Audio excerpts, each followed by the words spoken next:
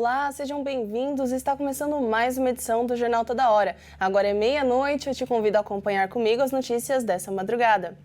Os desastres naturais já causaram um prejuízo mundial de mais de 700 bilhões de reais no primeiro semestre desse ano. As maiores causas são os incêndios florestais e as tempestades. Nos primeiros 6 meses do ano, os desastres naturais causaram perdas globais de aproximadamente 131 bilhões de dólares, cerca de 733 bilhões de reais, segundo o relatório da resseguradora alemã Munich Re. Embora o valor seja ligeiramente inferior ao registrado no mesmo período do ano passado, quando registrou 868 bilhões de reais, ele ainda está acima da média histórica e revela impacto crescente das mudanças climáticas e catástrofes naturais. O destaque para os desastres naturais foi para os incêndios florestais em Los Angeles, que registrou um prejuízo de 53 bilhões de dólares. Desse montante, 40 bilhões estavam cobertos por seguros, o que faz do evento ser o mais caro do ano até o momento. O cientista climático da Munich Re enfatizou a conexão direta entre o agravamento das condições e os impactos observados, embora os números revelem que aproximadamente 80 bilhões dos prejuízos totais estavam segurados. A cobertura continua desigual, como em casos de terremotos de altas magnitudes. O relatório ainda apontou que eventos como incêndios e tempestades responderam pela grande maioria das perdas econômicas totais e quase todo o dinheiro de seguro, enquanto os terremotos foram os responsáveis pela menor baixa de perdas gerais e perdas com coberturas. A seguradora responsável pelo relatório ainda fez um alerta para a possibilidade de que os custos aumentem no segundo semestre, sobretudo devido à temporada de furacões no hemisfério norte. Bom, como vimos, os incêndios florestais assolam vários países da Europa. Em algumas regiões da Turquia e da Grécia, por exemplo, o fogo obrigou milhares de moradores a abandonarem a região.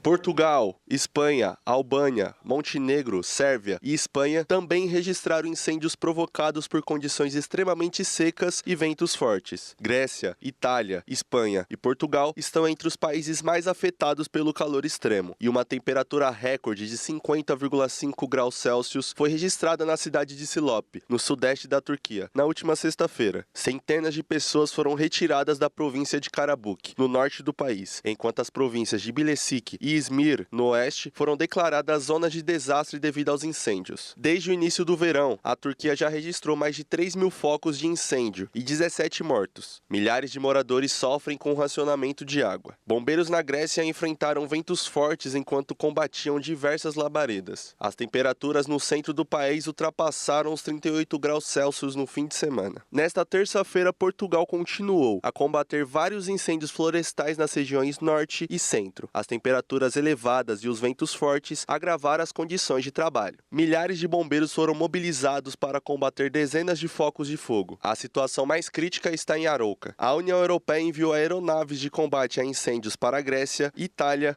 Croácia e Hungria, e equipamentos de combate a incêndios da Alemanha e França para a Síria, nesta temporada de incêndios florestais. De acordo com dados da Organização Meteorológica Mundial, OMM, da ONU, mais de 2/3 das ondas de calor mais severas na Europa, a partir de 1950, ocorreram desde 2000. Segundo a OMM, o calor extremo mais frequente e intenso é resultado das mudanças climáticas provocadas pelo homem. O calor extremo está levando a picos de poluição do ar e a um grande risco de incêndios florestais. Isso se soma a uma seca severa em alguns países europeus, descreveu a organização. Além dos incêndios florestais, um relatório do Copérnicos da União Europeia indica que a Turquia e os Balcãs estão enfrentando condições de seca extrema, cada vez mais intensas, que estão impactando as plantações e a vegetação. Em entrevista à BBC, o ministro da Crise Climática e da Proteção Civil, Giannis Kefalogiannis, declarou que muitos bombeiros foram feridos, vidas humanas foram colocadas em risco, propriedades foram queimadas e áreas florestais foram destruídas. Cientistas do Centro Comum de Investigação da Comissão Europeia, JRC, alertaram que o número de dias com risco alto ou extremo de incêndios no sul da Europa já atingiu níveis esperados para 2050. Embora incêndios florestais sejam comuns nessa época do ano, eles estão se tornando mais intensos e frequentes, devido ao aumento das temperaturas e da seca.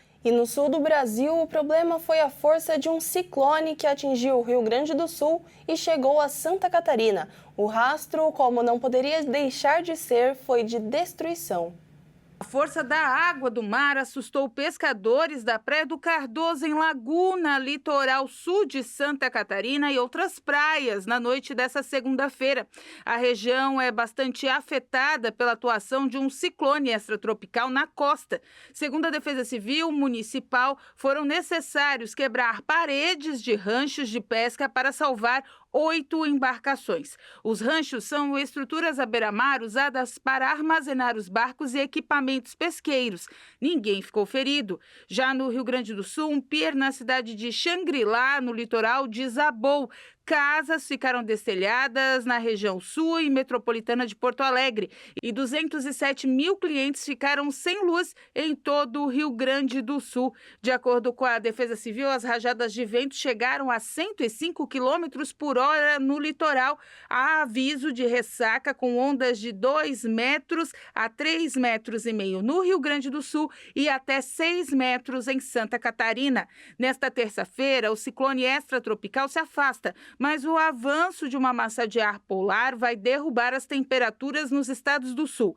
Entre a quarta-feira e a quinta-feira, o tempo vai permanecer firme, sem previsão de chuva. As temperaturas vão seguir baixas em razão dessa massa de ar polar que vai avançar pelo sul do Brasil.